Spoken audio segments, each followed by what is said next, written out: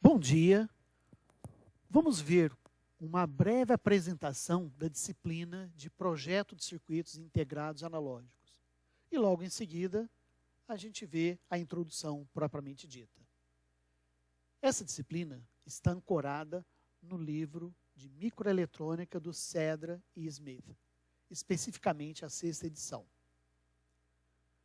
Nós vamos ver o transistor MOS, estrutura, operação e modelagem. Depois nós vamos ver as topologias de amplificadores MOS. Vamos ver cargas ativas, amplificadores multiestágios, resposta em frequência desses amplificadores, assim como realimentação e compensação em frequência. E há também um material adicional de conceitos de layout. Bom, mas vamos direto então para a introdução. Aqui nós temos o ENIAC, que foi considerado, então, o primeiro computador.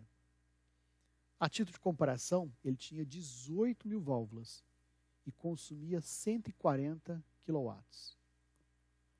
E hoje em dia, a gente tem circuitos pequenininhos, que podem ter até 1 bilhão de transistores, como é o caso dos microprocessadores, e consomem muito menos do que o ENIAC, e com a capacidade de processamento, naturalmente, muito maior que o ENIAC. Mas quando a gente fala de dimensões pequenas, quão pequeno a gente está falando? Então vamos comparar. Um transistor típico que tem hoje em dia, transistor MOS típico, é feito em tecnologia de 45 nanômetros. Puxa vida, mas 45 nanômetros significa que se você cortar um fio de cabelo, que tem 90.000 nanômetros, você conseguiria colocar lá dentro 2.000 transistores. Também a gente pode comparar com pólen. Daria para colocar 444 transistores. Numa bactéria, você conseguiria colocar 44 transistores. E um vírus tem metade do tamanho de um transistor.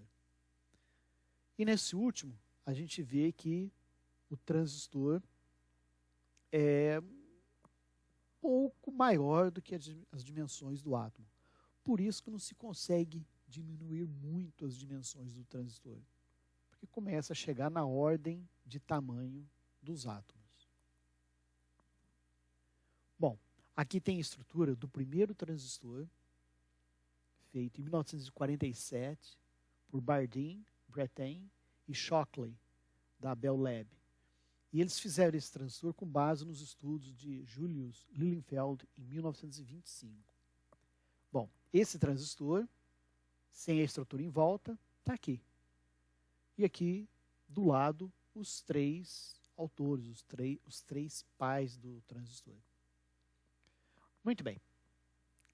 Em 1958, Jack Kilby, que trabalhava na Texas Instruments, recebeu a incumbência de colocar no mesmo substrato transistor, resistor e capacitor. E ele fez, então, o primeiro circuito integrado, que está nessa imagem à esquerda. Bom, já em 1960, cerca de 2 anos depois, já começou a se comercializar o circuito integrado.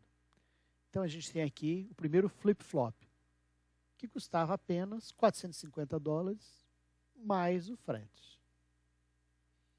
Uma curiosidade, hoje em dia nós temos o flip-flop JK, e JK é em homenagem a Jack Kilby. Em 1960, Shockley demonstra no laboratório o funcionamento de um transistor MOS, do jeito que se usa hoje em dia. Em 64, o custo de um transistor integrado ficou menor do que o de um transistor discreto, né? Nos anos 70, a memória feita com semicondutores ficou mais barata que as memórias feitas com núcleo de ferrite. E é lógico que muito menor. Bom, a gente está falando de transistor MOS. Mais tarde, a gente vai estudar transistor MOS. Mas só para dar uma pinceladinha agora, nós temos a estrutura dele, onde a gente tem um substrato, tem 2 regiões de difusão, onde foram feitas dopagens. Essa área achurada é um material dielétrico, óxido de silício, que é o gate, um dielétrico, né? E em cima do dielétrico um material condutor, metal. Muito bem, isso aqui é a estrutura do MOS. E hoje em dia se usa esse tipo de transistor para fazer os circuitos integrados. Temos aqui uma lâmina típica de circuito integrado, onde cada quadradinho que está aqui corresponde a um circuito integrado. Então o projetista vai projetar esse circuito integrado e manda para o fabricante. O fabricante vai colocar vários numa lâmina e vai adicionar os seus elementos de teste. Isso aqui serve para o fabricante testar a sua lâmina, ver se a lâmina está certa, se o processo foi conduzido certo, sem precisar ter nenhuma informação do chip do cliente. O circuito integrado, na verdade, a lâmina para fazer o circuito integrado começa então com a matéria-prima, que é o silício policristalino, já em grau eletrônico, isto é, já em um grau de pureza muito elevado. A partir desse silício se formam os tarugos, e os tarugos são fatiados, onde a gente tem essas lâminas. Muito bem. Esses pedaços de silício são colocados em um reator Czochralski. Nesse reator existe um cadinho, um recipiente de quartzo. Dentro desse recipiente é colocado o silício. E toda a estrutura é aquecida a uma temperatura ligeiramente acima da temperatura de fusão. Logo depois é colocada uma semente e essa semente toca a superfície desse silício líquido. O silício, essa semente, é então tracionada para cima, ao mesmo tempo que é rotacionada. E assim forma o tarugo. Então a velocidade de tração e a velocidade de rotação vão determinar o diâmetro desse tarugo. Então, ilustrado aqui, a semente toca e a semente é rotacionada e puxada. E vai formando, então, o tarugo. Aqui nós temos um diagrama e do lado direito uma foto mostrando o tarugo sendo formado. Aqui está um reator, onde é colocado o silício granulado, e por essa foto a gente vê a formação do tarugo. Muito bem. Depois de esfriado, a gente tem, então, o tarugo. No caso aqui, com vários diâmetros. E esse aqui é o maior diâmetro que se tem, que é o de 30 centímetros, 12 polegadas. Esse tarugo é, então, fatiado usando fios diamantados. Então, esses fios correm nessa estrutura e, ao correr, ele corta o silício. Essas lâminas formadas aqui precisam ser polidas. Um dos lados onde vai ser fabricado, onde vai ser produzido o circuito integrado, precisa ser polida. Portanto, ela passa numa politriz. E aqui a gente tem as fotos da politriz. Dessa forma, a gente obtém o silício com um dos lados polido. Bom, essa lâmina vai passar por vários processos. Um dos processos que ela vai passar é o de oxidação. Essa lâmina é colocada em um forno, alta temperatura, e há dois tipos de oxidação. Seca, onde a atmosfera do forno é oxigênio, e molhada, em que a atmosfera do forno é água. E, basicamente, metade desse óxido vai ficar onde estava o silício original e outra metade vai crescer. Na verdade, 44% fica e 56% sobe. Esse óxido é utilizado na etapa de fotolitografia.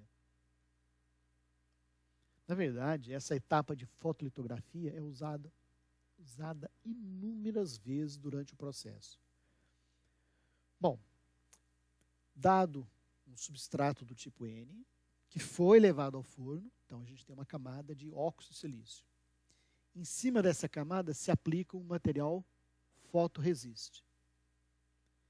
E através de uma máscara, há incidência de luz ultravioleta.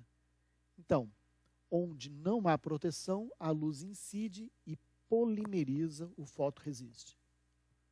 Onde há proteção, a luz não penetra, consequentemente, não polimeriza. Esse fotoresiste não polimerizado é lavado e vai embora. Fica, então, só o fotoresiste. Esta estrutura como um todo é colocado, por exemplo, em uma solução corrosiva. Essa solução corrosiva vai remover, vai corroer, vai reagir com o óxido de silício somente onde está exposto. Onde está protegido não acontece nada. Feito isso, esse fotoresiste é removido, ficando então apenas com o óxido de silício em alguns pontos, e em outros pontos ele foi removido. Esta é uma etapa de fotolitografia. E durante o processo de fabricação de um circuito integrado, a gente tem várias vezes essa etapa. Aqui à direita a gente tem uma representação. Então, a fonte de luz, o ultravioleta, passa por uma máscara e através das lentes é colocado então na superfície do circuito, onde tem o fotoresiste.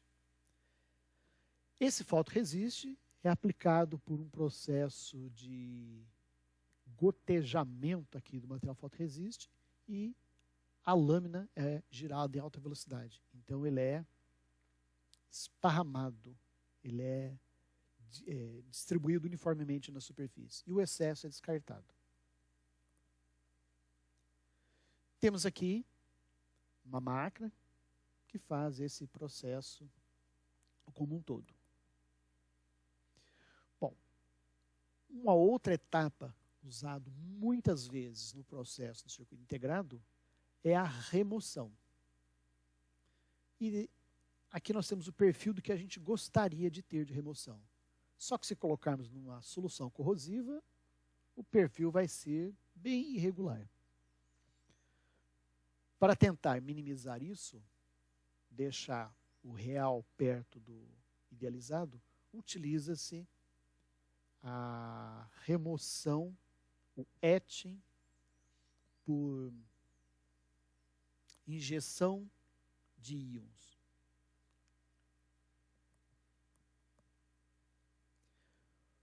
Outra etapa, que é basicamente o contrário da remoção, é a deposição. E existem dois tipos de deposição: a deposição física e a química. No caso da deposição física, as lâminas são colocadas em um forno com uma atmosfera rica em vapor metálico, por exemplo, e esse vapor metálico se decanta sobre a superfície do silício, da lâmina de silício. Então é chamada metalização. É um processo físico. O processo químico tem uma reação e é chamado de crescimento epitaxial. Nesse caso, os gases são ricos em silício que vão aderir à estrutura. Só que eles não vão aderir tendo a sua própria orientação. Eles vão seguir a orientação cristalina e assim manter as características eletrônicas necessárias.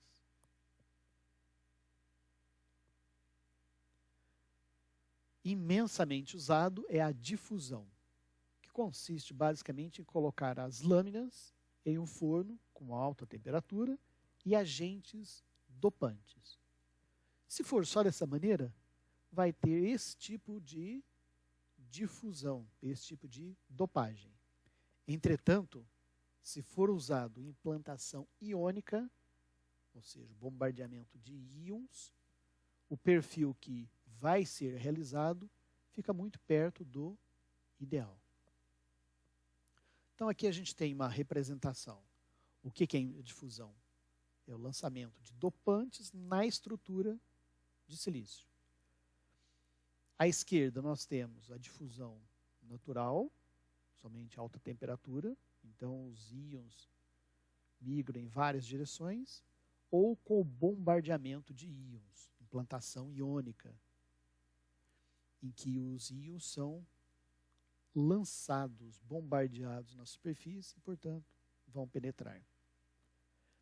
A variação de corrente e tensão desse bombardeamento vai modificar o nível de dopagem e a profundidade da dopagem. A última etapa desse processo é a camada de proteção ou passivação, que vai proteger contra contaminantes, tanto químicos quanto biológicos, bactérias, vírus, etc., e seres vivos, e contra agentes químicos. Feito isso, a lâmina passa por um processo de inspeção. Normalmente não se usa inspeção visual, se usa um equipamento como esse Inspectra para fazer a inspeção das lâminas. A inspeção visual é apenas em alguns casos particulares, devido ao rendimento. Aqueles chips aprovados, aquelas lâminas aprovadas, são então cortadas. Então, são tirados cada um desses chips. Depois disso, o chip que está aqui é colocado em uma estrutura, em um frame metálico. E do chip para o frame se utiliza então esses fiozinhos de ouro. E aqui a gente tem uma grande quantidade desses fiozinhos. Eventualmente, o chip pode ser colocado direto na placa. Então aqui a gente tem um encapsulamento tradicional em que foi removida a tampa só para ilustrar isso. Nós temos o chip, as conexões e os pinos do chip. Naturalmente existem vários tipos de encapsulamento. E um deles que eu havia dito antes é quando se coloca o chip direto na placa. Depois se pinga uma resina epóxi para proteger. Proteção física e contra agentes contaminantes. Esse tipo de estrutura aqui é chamado de COB, Chip on Board. E apenas para distrair um pouquinho, nós temos aqui algumas imagens feitas com microscópio eletrônico. Essas duas em preto e branco são imagens não tratadas e essas outras duas coloridas são imagens tratadas, ou seja, foram coloridas artificialmente. Bom, gente, é isso. Obrigado.